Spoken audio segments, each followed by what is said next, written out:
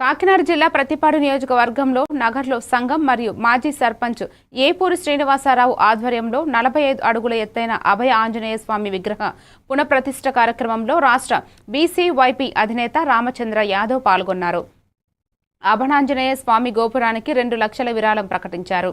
BC ఐక్య సంఘర్షణ సమితి ఏపూరి కన్వీనర్ శ్రీనివాసరావు అన్నపూర్ణ దంపతులచే హనుమాన్ విగ్రహ ప్రతిష్ఠ వేద పండితులతో హోమం పూజా కార్యక్రమాలు ఘనంగా నిర్వహించారు.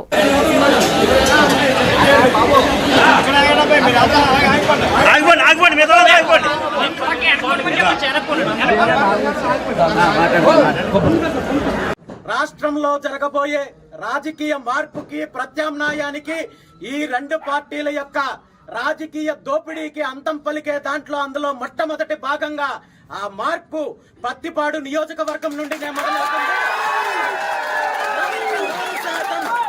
100% ఈ నియోజకవర్గము రాబోయే రోజుల్లో బీసీలదే అనే విషయాన్ని సందర్భంగా స్పష్టంగా తెలియజేస్తూ దానికి కావాల్సిన చర్యలు, దానికి కావాల్సిన అన్ని రకాలుగా ప్రజల్లోకి వెళ్ళడానికి, ప్రజల్లో చైతన్యం తీసుకురావడానికి బీసీవై పార్టీ పూర్తి స్థాయిలో కృషి చేస్తుంది.